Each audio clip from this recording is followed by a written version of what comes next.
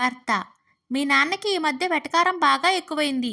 గాయం మీద కారం జల్లినట్టు మాట్లాడుతున్నాడు. భార్య: ఇప్పుడేమైందండి? భర్త: ఏమైందా? ఏమల్లుడు? ఎలా ఉంది కొత్త కాపురం? సంతోషంగా ఉన్నావా అని అడుగుతున్నాడు.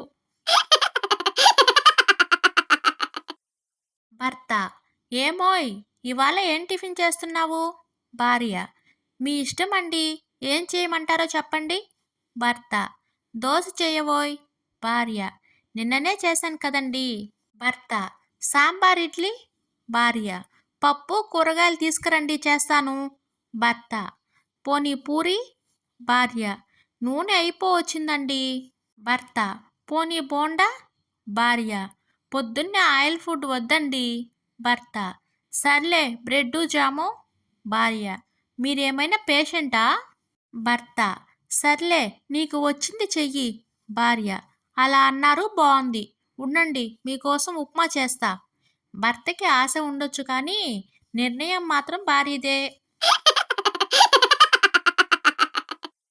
రాబోయే రోజుల్లో అప్పగింతలు. తల్లి: జాగ్రత్త నాన్న, కోడలు చెప్పినట్టు నడుచుకో, ఆమెకు కోపం తెప్పించుకు, ఇంటి పని వంట పని బాగా చెయ్యి.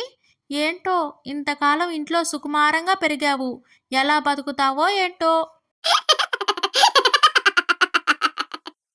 ఆఫీస్లో రాముకి ఏర్పాటు చేసిన సన్మాన కార్యక్రమంలో అతని గురించి మాట్లాడాల్సిందిగా భార్యను ఆహ్వానించారు. మైక్ అందుకున్న భార్య: మా ఆయన చాలా గొప్పవారు, ఎన్ని బట్టలైన నిమిషంలో ఉతికేస్తారు. ఆయన తోమితే పాత్రలు మెరిసిపోతాయి. ఇల్లు బాత్రూమ్ నీటుగా ఉంచుతారు. ఎంతమంది వచ్చినా వండి పెడతారు. తిట్టినా కొట్టినా ఒక్క మాట కూడా అనరు. పాపం, ఆమె స్పీచ్ పూర్తవకుండానే లేచి వెళ్ళిపోయాడు రాము. ఈరోజు ఏ ప్రాణికి హాని తలపెట్టకూడదు అనుకున్నాడు బ్రహ్మం. నీటిలో పడిన చీమను జాగ్రత్తగా బయటికి తీసి మురిసిపోయాడు. అతడిని చూసి చీమ: థ్యాంక్యూ అన్నా, నా ప్రాణం కాపాడారు. పైగా ఇవాళ నా పుట్టినరోజు కూడా అంది.